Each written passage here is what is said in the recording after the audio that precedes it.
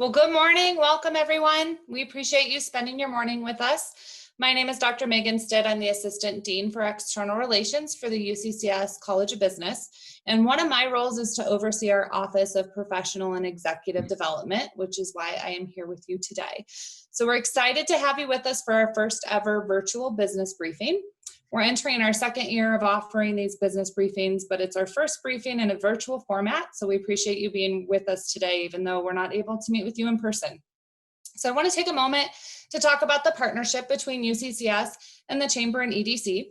So the goal of the business briefings is to bridge the gap between research and application. So we identify a faculty member at UCCS who is well-versed in the current research related to a business topic. And we then match the faculty member with the chamber member who is actively engaged in the area of interest. So this overlap between research and application provides you with a unique and comprehensive perspective on the topic at hand, which today happens to be mental health. And I also want to take one moment just to talk briefly about the Office of Professional and Executive Development, also known as OPED. So we offer training programs to local business professionals. We can do a custom program specific to the needs of an individual organization, or we offer open enrollment programs as professional development opportunities for those of you who are just trying to learn more about a given topic. I'm happy to answer any questions about our programming. So if you have a training need in your organization or you're looking for some professional development opportunities, OPED can certainly help with that. And at this point, I'd like to hand it over to the CEO of Chamber and EDC, Dirk Draper, to talk about our presenters and our topic today. Megan, thank you. And thanks to UCCS for this good partnership that we've had. This is the second year now that we've been able to offer Chamber Connects, bridging the connection, making the connection between academic teaching and practical application.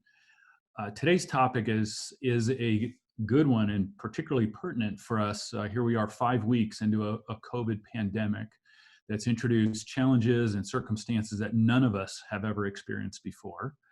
And it's an opportunity to talk today about maintaining mental health during an economic disruption. We are, by the way, we will broadcast this program later from our Chamber and EDC website. It will be available for viewing later. And also at 10 o'clock this morning, as part of this session, there will be an opportunity for some live networking. If you have questions along the way for either of the speakers, please submit those to Emma Mitchell. She's the host of the meeting today. Submit those to Emma through the chat box at the bottom of your Zoom screen. So in today's session, I'll introduce our speakers. Well, here they are. Joe Wehrman is an associate professor at UCCS, and James Garofalo is the founder and owner of ViewPoints Psychotherapy. I'll give you a little bit more about their background in just a moment, but what we're going to learn today is how to maintain a balance for yourself during these challenging, disruptive times, and what emotions really are normal to be experiencing right now. If you're an employer or a manager in your business, have an opportunity to learn about how to assist your employees and interpret signs that they may need extra help coping with these conditions. There'll be some conversation about what to expect with tele-mental health services, a new delivery form that's even more pertinent in today's world.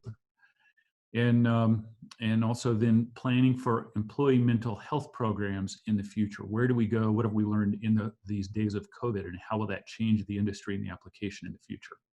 Our two speakers today, very pleased to introduce Dr. Joseph Wehrman from the University of Colorado, Colorado Springs, where he's an associate professor and the chair of the Department of Counseling and Human Services.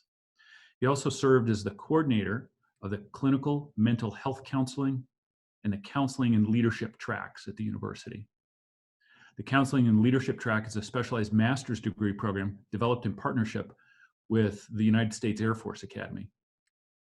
Dr. Wehrman has expertise and a long history of service in the areas of early childhood, child development, and counseling children and families.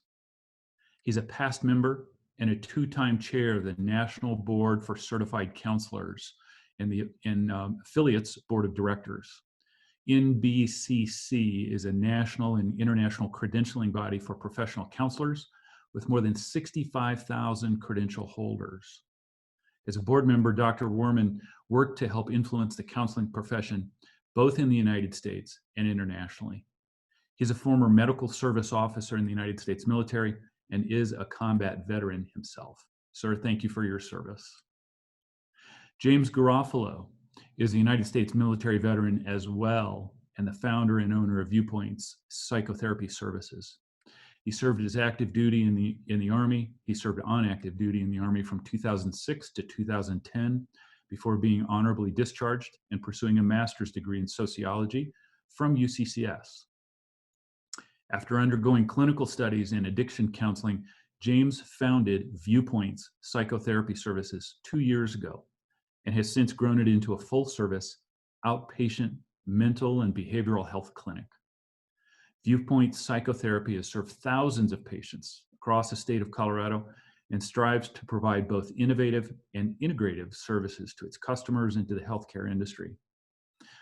You can read more about James, his team, and the company that he manages at viewpointspsychotherapy.com. And James, I say to you as well, thank you for your service in our United States military. And both of you, thank you for your service this morning to the business community and the information that you'll share. Gentlemen, I'll turn it over to you. All right, great, thank you. I just want to say thank you to Megan, Dirk, Nora, Emma, for putting all this together, and just all the chamber members.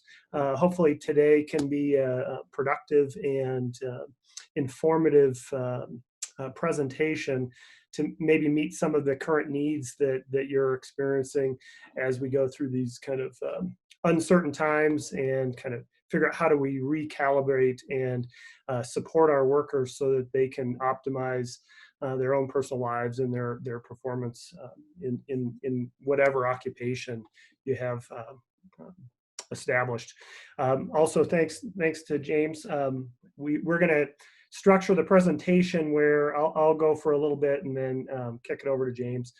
Just hopefully that will help with the technology of not necessarily pinging back and forth. So I'm going to switch over to the slide set and go over some general information, and then hopefully at the end everyone has some questions, and then we can go back and forth in that format as well. So let me just quickly switch over here.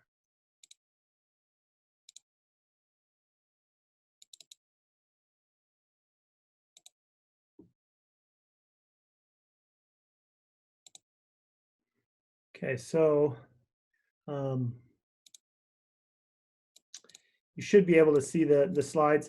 So the things we're going to talk about today, we're going to talk a little bit about stress and anxiety, and how to understand what individuals are experiencing and going through during these times. You know, I think that a lot of new research and understanding is going to come out of an experience like this. Some of my past history that I think relates is I've done a lot of disaster mental health work. So I worked in Sri Lanka following the 2004 Asian tsunami. I worked in Biloxi, Mississippi following Hurricane Katrina, and a lot of other kinds of forest fire and natural disaster work. So I've seen people in this transition period. One of the other things we'll talk about is this idea of resiliency and finding meaning and purpose, because a part of the human condition really is to, we are meaning-making machines, and we have to have some sense or understanding of what we're going through and assign some kind of meaning. So we'll talk about that. And then ultimately, what can you do with your employees? I'm sure that many of you are using virtual technologies like we're using today, and adapting to these new forms of interaction, and it changes the way that we reach out to others. So we'll talk about some evidence-informed strategies for support, and we'll really focus on the practical and the reasonable ways of intervening in this context. Okay, so just to highlight, we center this around, well, what is a crisis? Well, there's situational crises that are acute and unexpected that in some regards can overwhelm us. They come on unpredictably, And there are developmental crises, which is typically associated with moving through different stages of development. So graduating from high school, or getting married, or having children, or retiring. All these are lifespan developmental events that can be stressful.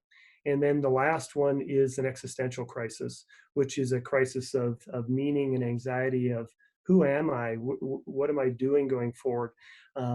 And when we think of an existential crisis, we often think of things like freedom and independence and responsibility and the meaning that we assign. Now, I do think what we're going through currently, we could anchor it as a situational crisis, but it's going to have developmental impacts and existential impacts on who we are as a person, what context we play in our employment settings, and as a society, how do we look at and restructure how we live. So one theory that I thought might be beneficial to anchor to, and it might relate to how many of you are experiencing the world right now, is Maslow's hierarchy of needs. And so it's a simple concept that's been around for a significant amount of time. And the way we would think about it is, we all have basic psychological and survival needs that have to be met, and safety needs, belonging needs, esteem, and ultimately self-actualization needs. But in order to get to the higher levels of that pyramid, those basic needs have to be in some reasonable sense of homeostasis. So I think many of you have probably experienced going out to the store and experiencing shortages of food and other supplies. The whole toilet paper shortage, I think, fits into this category of when we fear or have concerns around basic needs being met, it thrusts us into focusing on the safety and psychological and emotional needs of that level of the pyramid. So in the early phases, I think a lot of people were, and many are still in that phase, so I don't want to say that they're not trying to make sense of this foundation. Now, I was going through a drive-through recently to pick up some food for the family, and the person that was working at the drive-through mentioned to me, he said, I'm just thankful I have a job. And so in my adult life, I've never heard individuals talk in those ways. We've always had a relatively robust economy with circumstances that have provided a lot of opportunity, but now we have a segment of the population that are concerned about even meeting some of those basic needs. So we have to be sensitive to that and help support that kind of intervention. We also, many of us are separated from our families in various contexts and ways. And so those belonging needs are starting to impact all of us. And so we need to look at how we can establish new ways of caring for and connecting with others. I do think that, that there are a lot of different varying circumstances that people are going through. Some are single parents where they're trying to balance maybe their work requirements and help a child with their educational experience because they're home as well. We might have families with only children where that child doesn't necessarily have access to playmates and things that they used to. Many of us are worried about other family members that may not necessarily live in the area of the region, and mobility is an issue right now. So this can take on lots of different roles. And so we're seeing that play out, which then will ultimately impact things like our esteem and the ability to kind of find ourselves, or what we'd call self-actualization. One of the things I think is that employment provides that sense of self-esteem, confidence, and achievement. We're goal-driven people by nature, and we want to achieve things. We want to strive, and so an environment like this oftentimes puts those circumstances in flux. So let's look at stress specifically. When we think of stress, well, in truth, stress is normal, and we want stress to some degree in appropriate and healthy ways in our life, because it cues us into what's going on in the environment. It helps us find direction and motivation to be successful. But there are different kinds of stressors, and there's different kinds of stress. So, if you go to the gym or exercise, you're putting your body under stress all the time through those experiences. But it's a healthy, adaptive, and productive stress. So we're in an environment now where I think people are under a lot of distress, where it feels unwanted, unwarranted, and uncertain. And so typically what happens is when encountering a stressor, we have an initial appraisal of that event.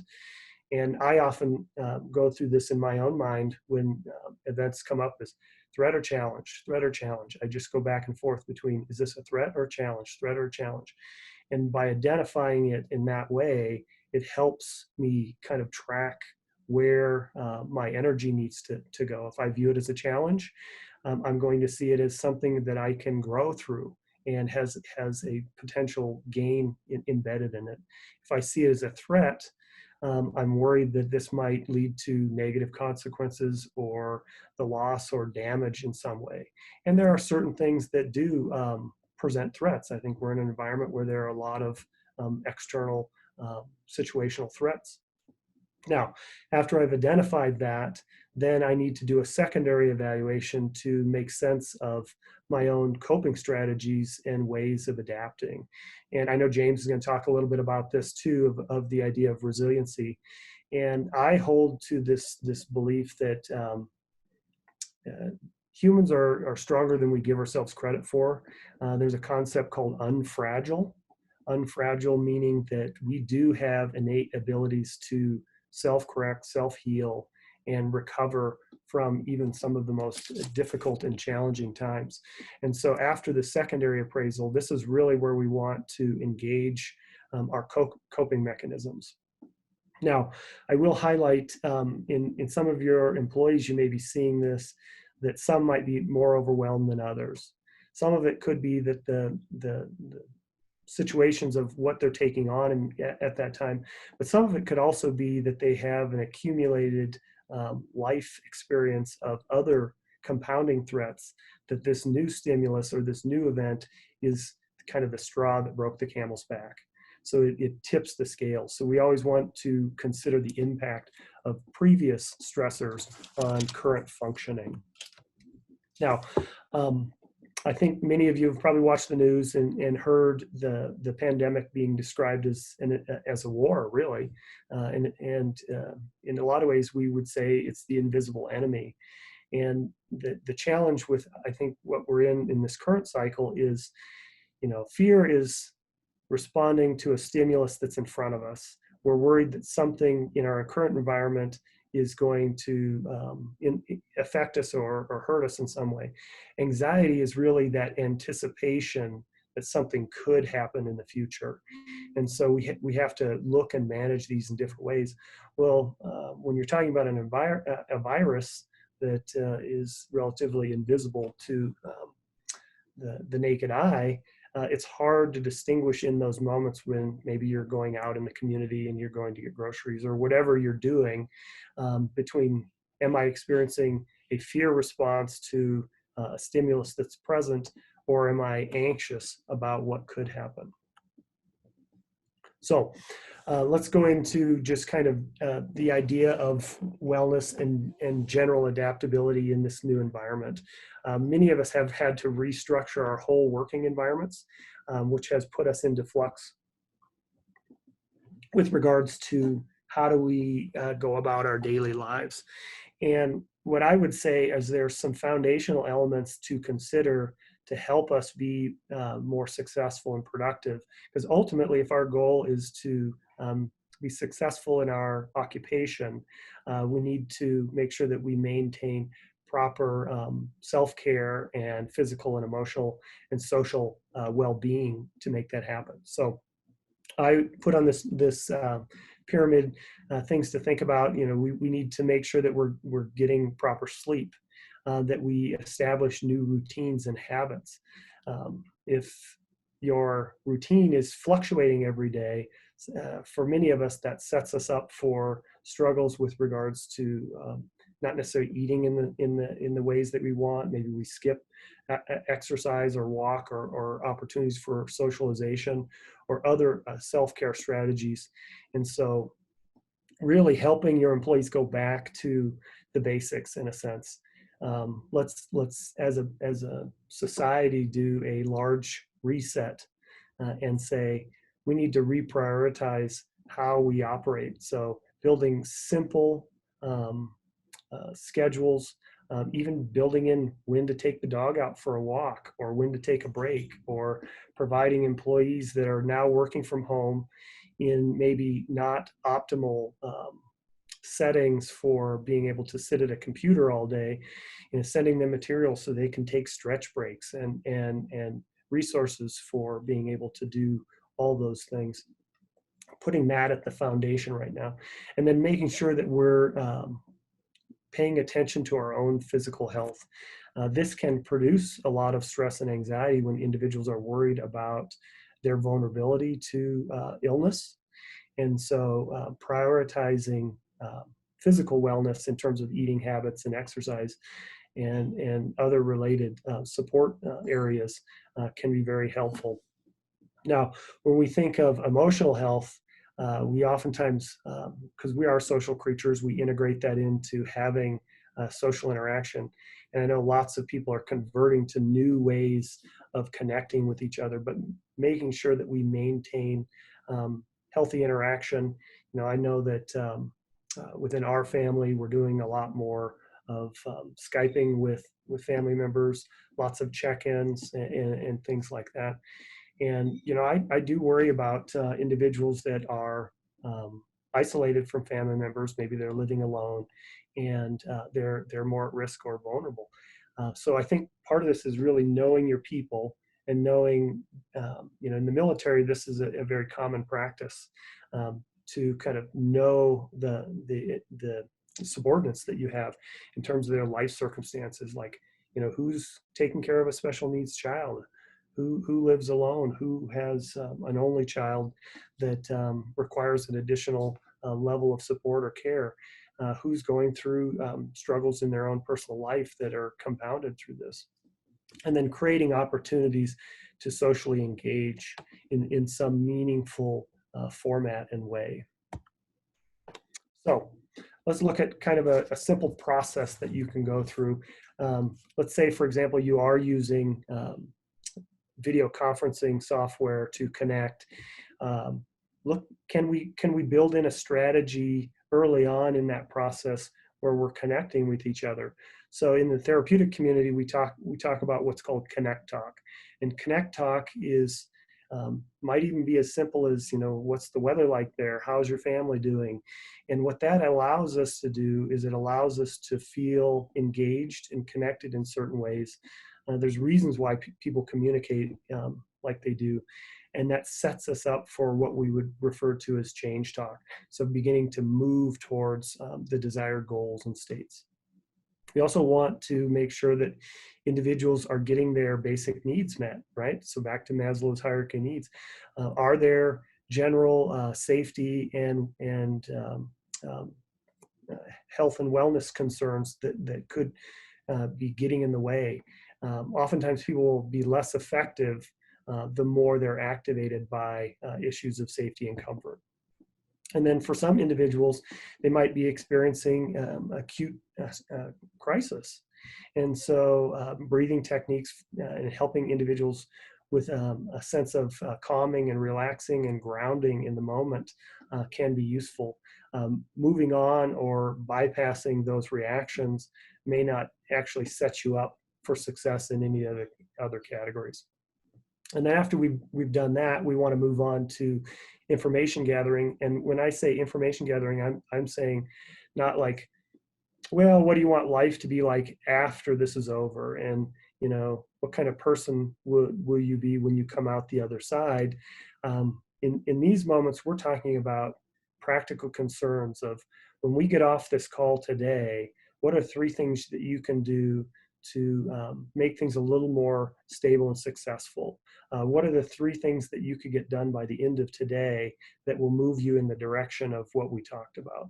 So focusing on real practical concerns, practical assistance, and immediate support needs versus kind of down the road, long-term concerns.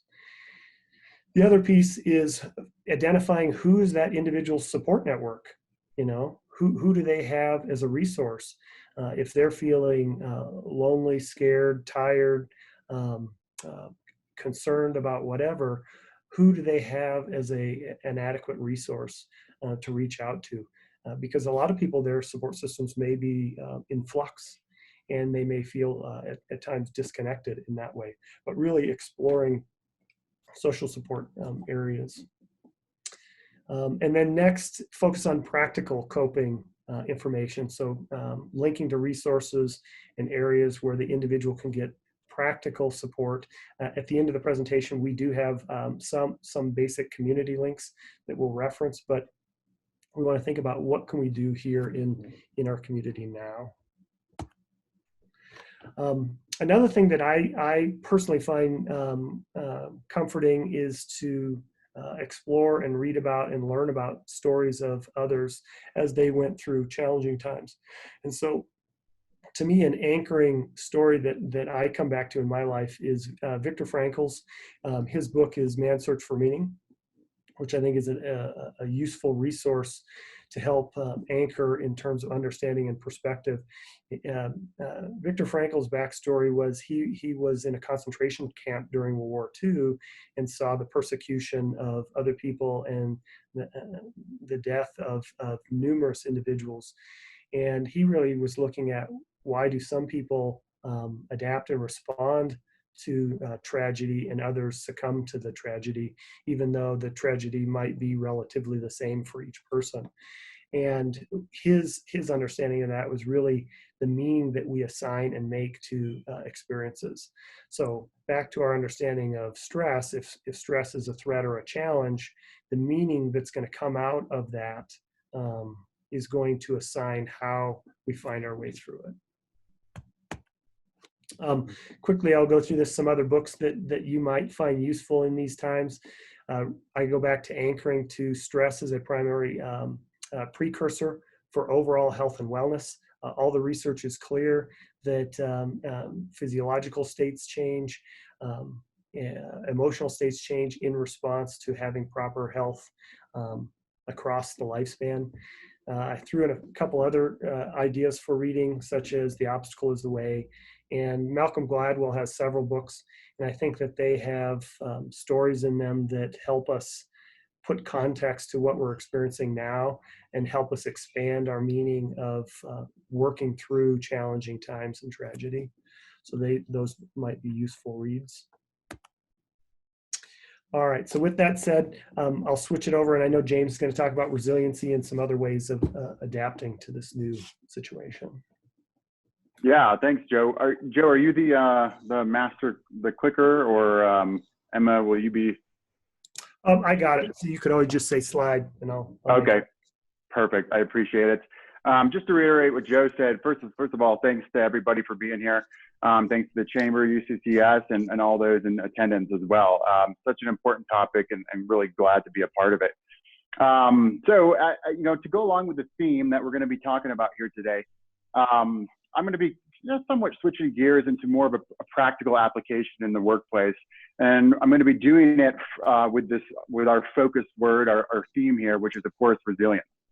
Now, if we were all in a room together, I might ask, you know, how many of you can spot similarities in these pictures. For ease of presentation here, I'm going to hold off on doing that. But I will say this. You know, there was a time in each and every single one of our lives when we not only learned skills, but we had to practice resilience. Everything we've learned to do, whether it be driving a car, riding a bike, learning to walk, even what we've had to do this morning with logging onto the computer, getting dressed, brushing our teeth.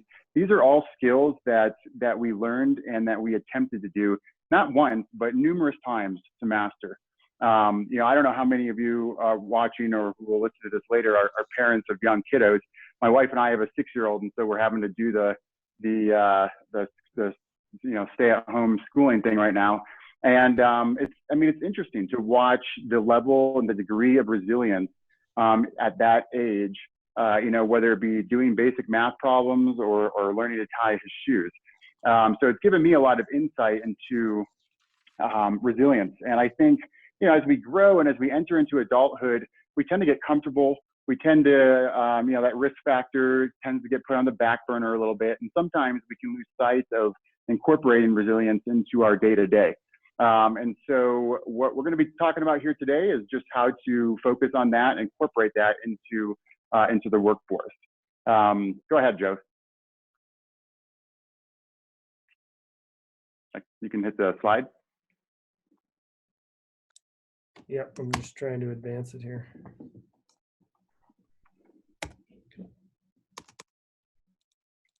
Oh, there we go. Just froze up a little. Perfect. Nope, no worries. Okay, so I kind of wanted to start with somewhat of an exercise. Nothing we have to put into place here. Just kind of talk through it a little bit. And I want to challenge, you know, everybody who listens to this to try something out here. And so one of the best things that you can do to establish resilience is through self-gratitude. And so what I would recommend, again, just something to try out if you get some free time over the course of the next couple of weeks, and you know, given all the changes, you might have a minute or two to spare.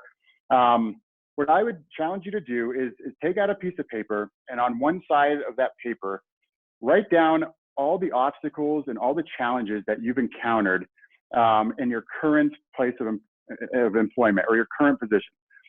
This doesn't necessarily mean, you know, go back to when you were, you know, bartending in college or whatever the case may be. Just your current position right now. Reflect on the last year or so and jot down all the different challenges that you had to overcome. And now when you finish with that, directly to the right of that, and besides each challenge, write down what you had to do to overcome that problem. Regardless to whatever the circumstances may be. Maybe you needed funding, and so you did a fundraiser, or you took out a bank loan, or maybe, you know, you had a really tight deadline and you knew you couldn't overcome it without consulting with a peer or a colleague to help you through it. And so when you do that, and you have both of these lists, I'm willing to bet, if I had a bet, you're going to come to realize that so much of the assets that you drew on and the resources that you drew on were not always just external resources in the community. They were inside here, and they were inside here. Things like creativity, things like determination, innovation, the ability to problem solve and make decisions, the ability to manage your time and prioritize your tasks. All of these things, you know, I think sometimes go under the radar of what's going on around us. And so even, you know, when you look at this list, to go back to the example of, like, you know, maybe you needed funding, and so you took out a bank loan to start a business, or to whatever the case may be. On the surface, it's very easy to fall into a problematic level of thinking, which is, well, you know, I didn't do anything. I took out a bank loan, or I wouldn't have made it through this problem if it wasn't for so-and-so. And if that is how you think and see those, I would urge you to reframe some of those thoughts and really see them as you know, decisions that you made, regardless of whether or not you sought help. Those are decisions and behaviors and actions that you took and put in place at your own discretion and at your own independence. And so I think when it comes to incorporating, you know, resilience into the workplace and everything we're doing and putting it into action, I think it starts with establishing confidence, which can really come from recognizing that your most important assets, despite, you know, maybe fewer resources, maybe fewer customers right now, are still very much with you, and can help assist you in this process. Go ahead, Joe. You can skip to the next slide there. Okay, perfect. So recognizing the signs, I won't, you know, go too in depth here. Joe did a fantastic job, I thought, covering some of the things to look for here. I will say, you know, if there's any one of these on here that can be categorized, or that the rest can be categorized into, it would really just be identifying atypical behavior. And I think Joe really hit the nail on the head by suggesting that no two employees are necessarily going to respond the same way. For example, a big thing that I'm noticing among my staff is the third one from the top there, which is sort of this frequent and incessant questions and discussions surrounding what's going on. And if I had to guess, a lot of that is really spawning from anxiety around the circumstances. We're of course in a very volatile sort of time across the economy, across the globe, and I think people by nature tend to sort of need to soften up when things are uncertain. And so what's that look like here among my staff? It's been a lot of conversations around that. But ultimately, this is a very easy list. All these things are just sort of indicative of an employee who might be stressed out, who might be overwhelmed a little bit. And I think it doesn't necessarily take a leader or a business owner to catch behavior that's unusual for somebody. I think any peer can catch those things. So just some basic information there on how to recognize the signs. Go ahead, Joe. All right, perfect. So what can you do, right? You start to recognize these signs. I took a little bit of a different direction here, and I wanted to focus on, again, emphasizing the practical piece here.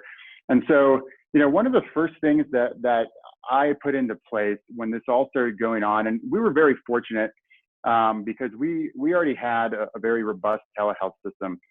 So when it came to putting, remote work policies and procedures into place, it was fairly easy. We did have to make some changes to our admin and support team and transfer over some of the phones, but ultimately, I would recommend, again, any business owner, anybody in management, or anybody needing to set up operations outside of the traditional place of business, to first focus on things from a logistical perspective. Really examining what are the things that I need, what are the things my employees need. Do I need to transfer some of the computers to the homes for now? Do I need to transfer some phones? Because I think, before we can refine and sort of craft some of those things as employers, we have to first make sure we're sustaining the business and maintaining operations outside of the office. And so, again, one of the things I did was just focus on the logistical piece. And then from there, we just switched gears and just started refining everything. Changes come down, so quickly, particularly the last 3 to 4 weeks.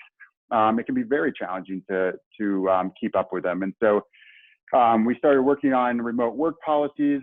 We started initiating ways to stay connected with our staff and our employees, whether it be webinars, calls, or simply checking in. I like to send out weekly emails that just keeps people connected, keeps us all connected and on the same page. And then lastly, appreciation gestures, I think, have probably never been more important than now. We were very fortunate to offer our employees appreciation bonuses just due to the recognition that, a lot of their significant others and their spouses, had to take time off from work. But by no means do I think appreciation is only awarded in monetary means. I think a simple thank you card, a gift card, an email, whatever the case may be. I've even had some employees reach out and just want to FaceTime for a little bit, just to create that cohesion and maintain that cohesion. So just some things that you can do and try to consider and build into your management of your team. Go ahead, Joe. All right, so lastly here, wanted to touch on looking to the future. Again, there's so much unpredictability right now. And I kind of wanted to go through a couple different things. And that first bullet point there is probably, again, kind of a unique approach to addressing how I've been able to establish some resilience and what we're doing here. And one of the questions that I get a lot is questions about the business plan versus a business vision. And so I think right now, when you talk about a plan, it's always important for a business and a company to have a plan. But I think as we've realized over the last few weeks here, things don't go according to plan all the time. I think back last year when I was working on our budget, I didn't have a I didn't have a global pandemic funding that I set aside with expectations that are built into my plan. If you did, I'll have to get with you, and maybe we could hire you on as like a part-time fortune teller or something, because that would be really impressive. But and all jokes aside, I think we all have plans, but when things don't go according to plan, that's typically when we see that anxiety go up. And so, especially lately, because again, I mentioned how quickly things go. We can all go to change with new orders coming down from the governor and from the president. So lots of changes, and it can be very hard to create the plan. And so for me, it's been much more effective to focus on maintaining my vision and the vision for my company and the vision for the industry. And I would encourage everybody to practice that. And to me, all that really looks like is not forgetting, why you went into the industry you went in. And if you're a business owner, maybe holding true to why you started your business. And really aiming to not lose sight of what the overall vision was for you, for your employees, and for the mission of your company. That for me has been, a saving grace, particularly this year. Next one, talk to peers, leaders, entrepreneurs. I think this, again, I personally find endless relief in chatting with others who are going through the same thing. We're all in the same boat in one way or another. And for me, just sharing, some of the struggles I encounter, hearing about some of the other struggles that business owners encounter and that, leaders and employees encounter, it's refreshing. It's nice to sort of walk away feeling that, I'm not the only one in this. And so I really value those interactions with people. And so I would certainly encourage anybody to practice that as well. Learning and implementing new services moving forward. This is this can be a really effective tool. I think there's so many problems that we're identifying going on professionally and in the workforce. I do think that, when the dust settles from all this, there will be some lingering positives.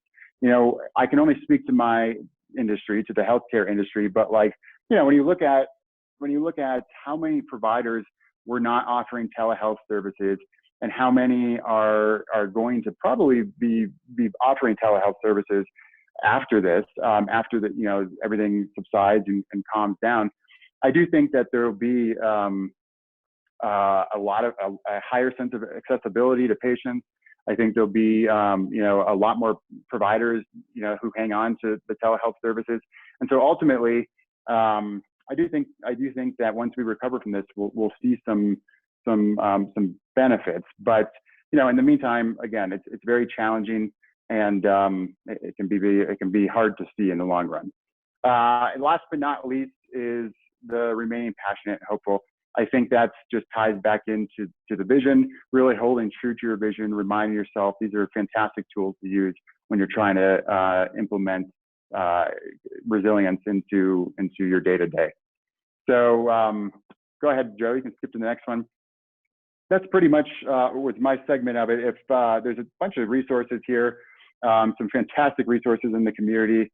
And at this point, I'd be thrilled to open it up to any questions and see if there's any questions out there. Thank you, James and Joe. One question that we did have was going back to the stress factor, fear versus anxiety. Can you have both, and can you give an example of how to handle those thoughts? Go ahead, Joe. Do you want to? Yep. Let me switch here. Now, do you see all the participants now, or what comes up? Okay, so I would say that there's a part of this is stepping back in those moments and just take a quick pause. Part of what anxiety does is it cues us into things, but it can cue us into misunderstanding what we're experiencing. So, like, for example, in the early phases of this, now I was out getting on our weekly grocery run, And it looked, the logistic line for stores and all that seemed to have caught up with supply, and everything looked fairly well run and organized. But several weeks ago, people were rushing down the aisles to grab toilet paper, and when you visually see those reactions, you can make a quick appraisal in your mind that this is really bad. I need to also run. I also need to go grab the toilet paper or whatever the response is in those moments. And so stepping back and saying, I'm going to choose how I react. My body is responding in ways that don't feel great in that moment, but accepting that I'm having a moment of anxiety, and then thinking about how do I take reasonable practical steps in that moment to help me be successful. And we've got a blurred line between fear and anxiety because the virus itself is not something that you can see.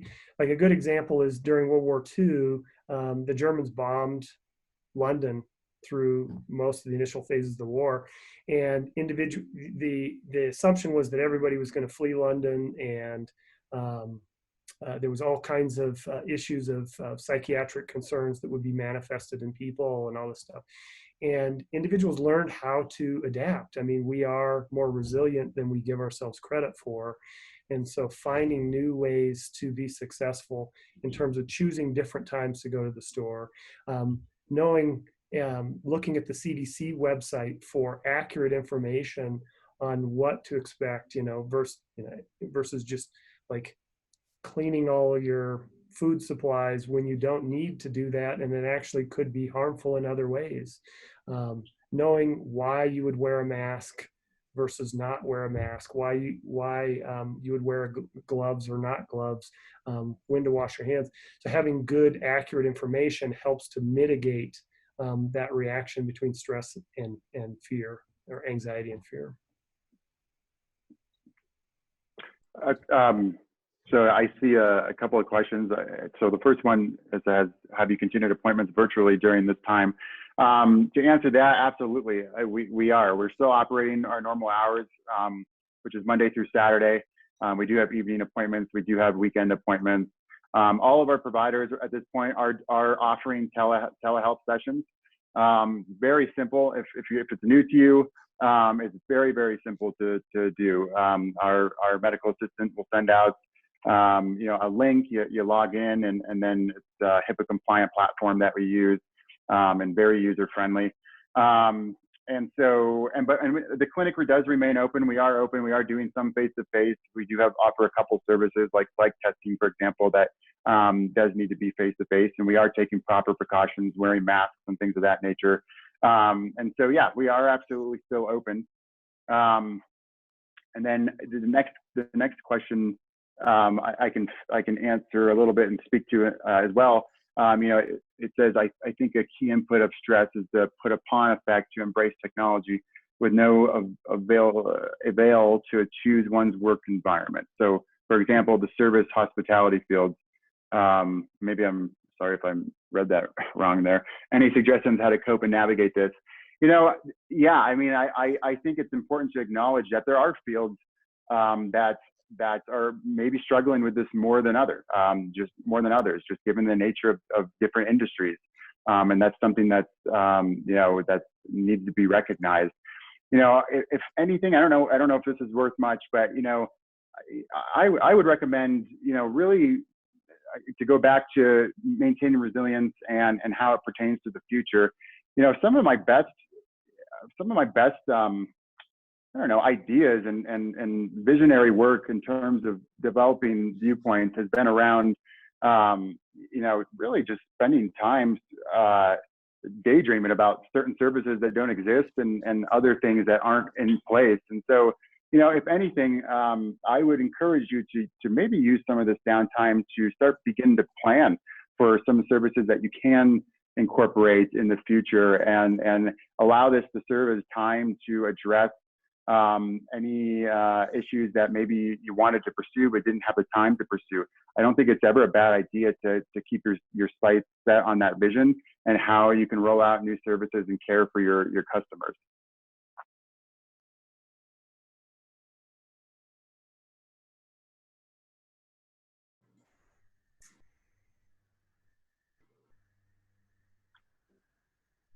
Do you see the other question there, James?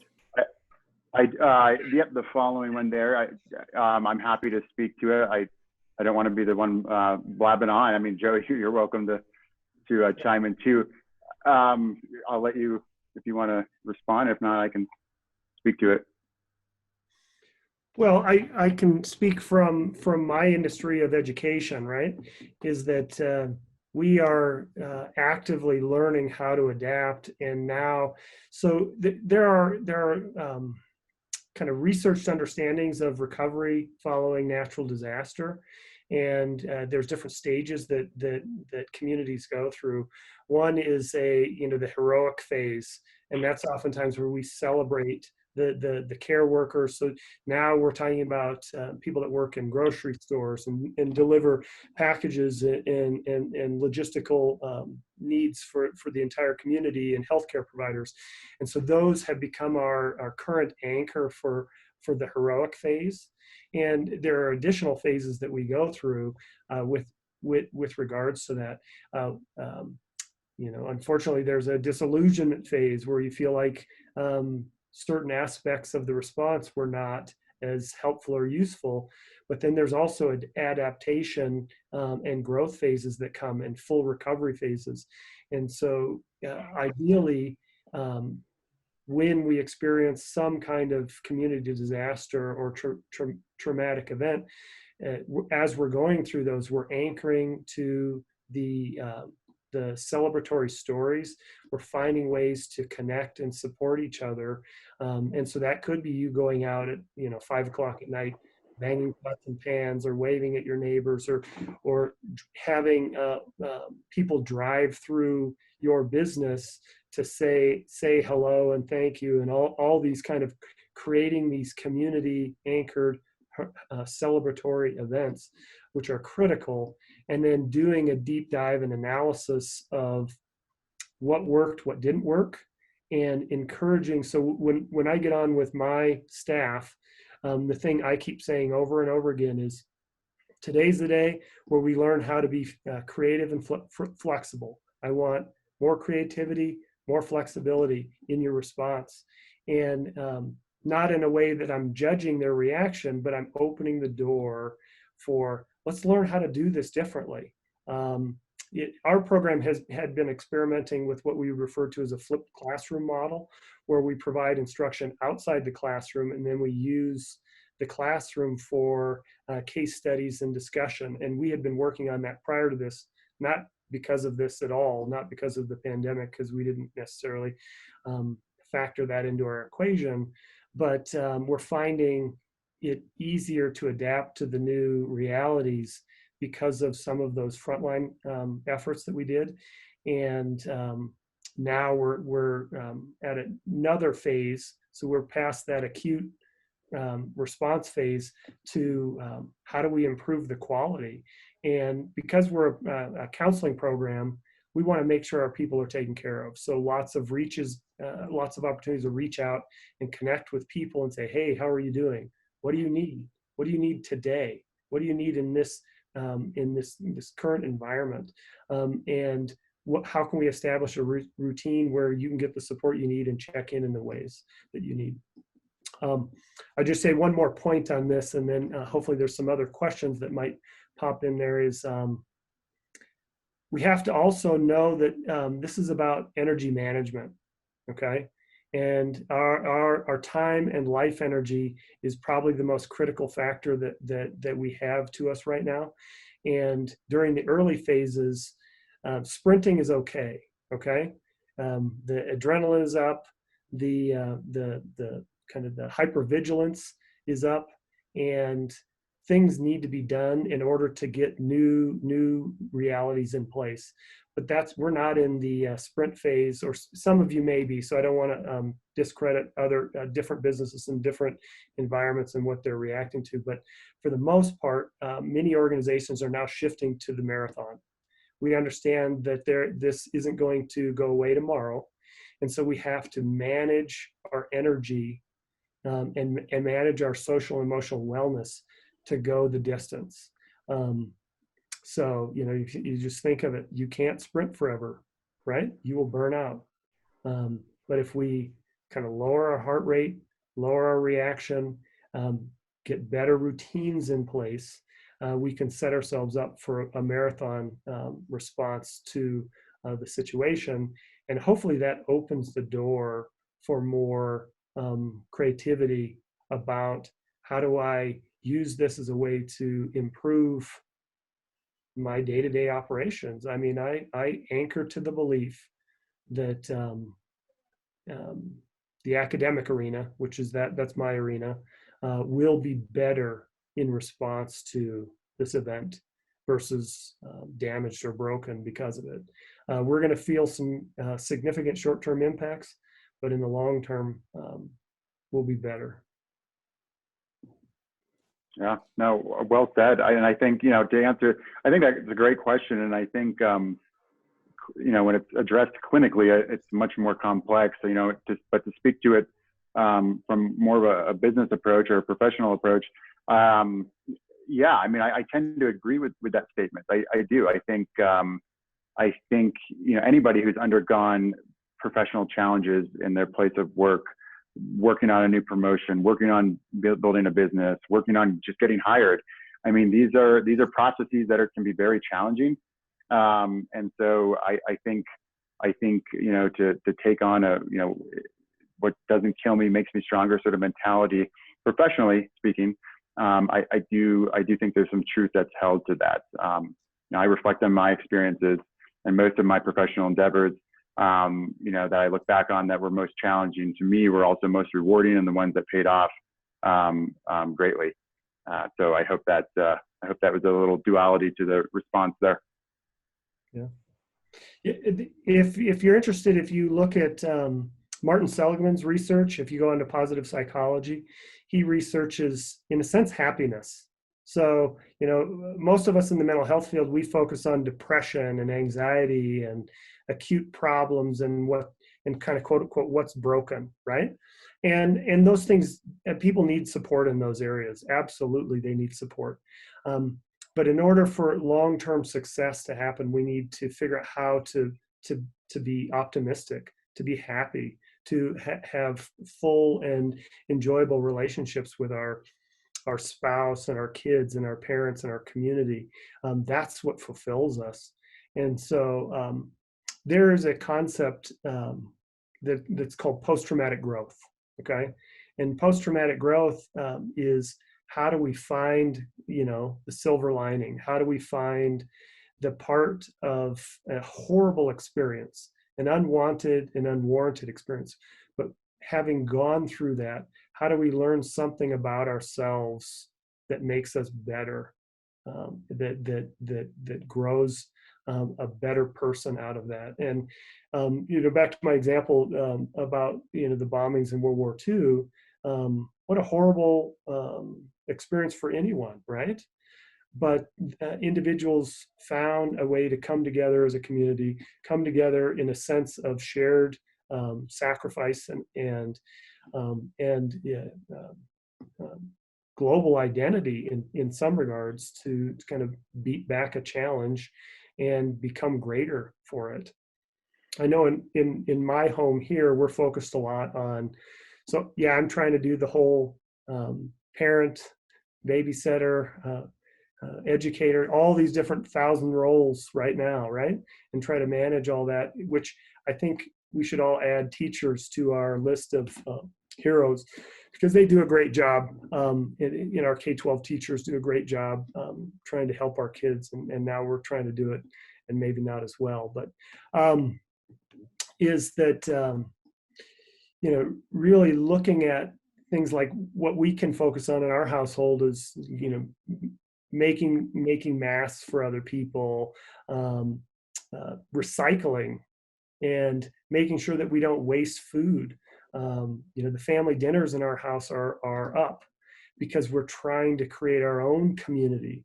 We don't necessarily have our broader extended community that we can access, but we have our mini community here. So it goes back to why I worry about people that are, single individuals that don't have access to the direct social support. If you got a family member in your house, give them a hug, but make sure that hug lasts for at least 30 seconds so you can get some hit of oxytocin in your brain, versus what we're probably doing is pounding a bag of potato chips to get it from things like carbohydrates, or eating a whole chocolate bar or whatever, because we're trying to get those, we're trying to activate the serotonin in our body to feel good. We need to find other ways to feel good. And social interaction was one of the primary means that we used. Excellent. Excellently said.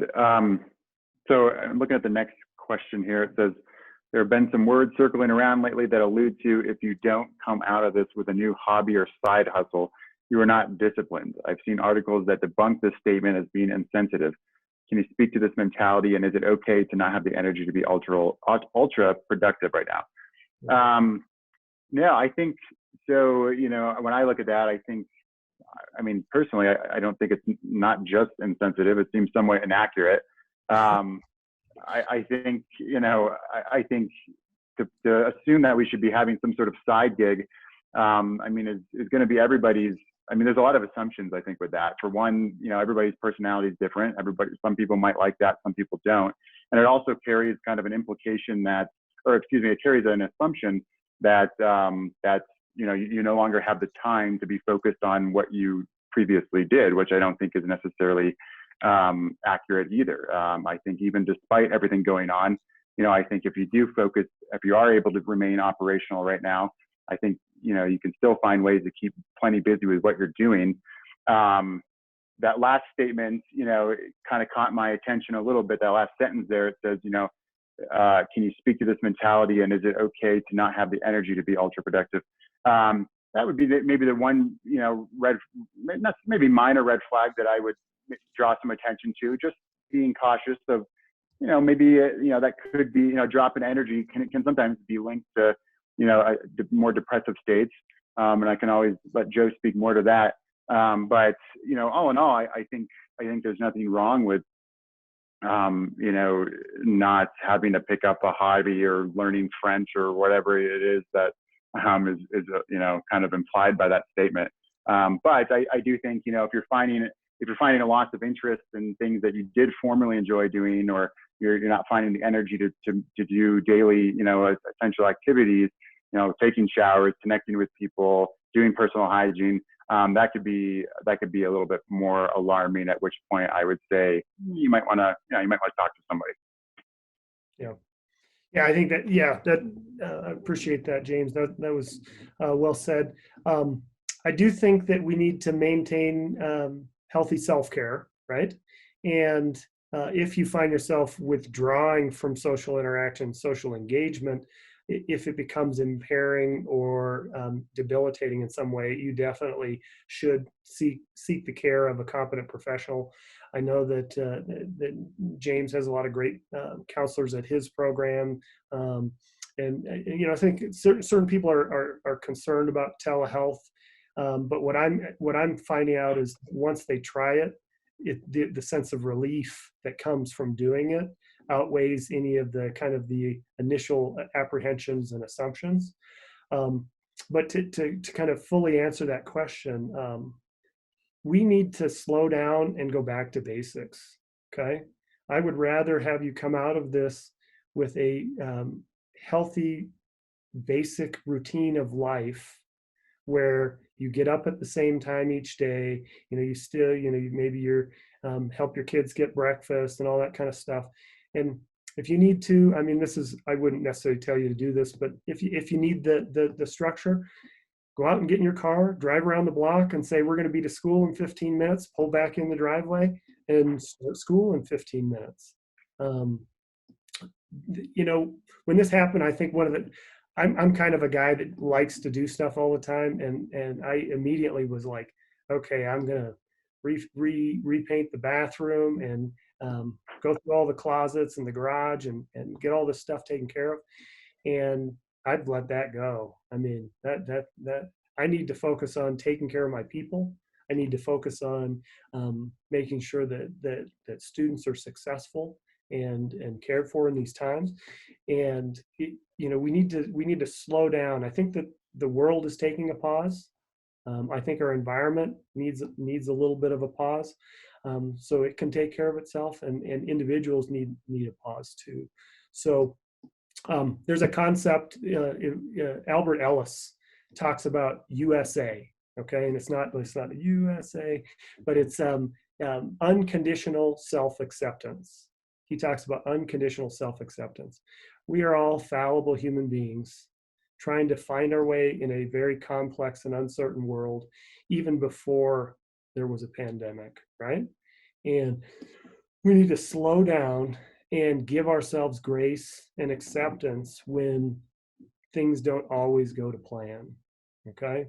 And, you know, help support your kids and your family and those around you in getting practical needs met, and help be reasonably productive with your organization. I think that, but if things don't go perfectly, now is not the time to spend energy beating yourself up for not being perfect. And I think employers can have grace with their employees as we shift from a sprint to a marathon, to accept that, you know, my star performer might have to ratchet back a little because they're taking care of 3 special needs kids and trying to figure out how to do online instruction with kids that are neither ready or well suited for independent online learning. We just have to be okay with slowing down and really going back to what are key priorities in our life.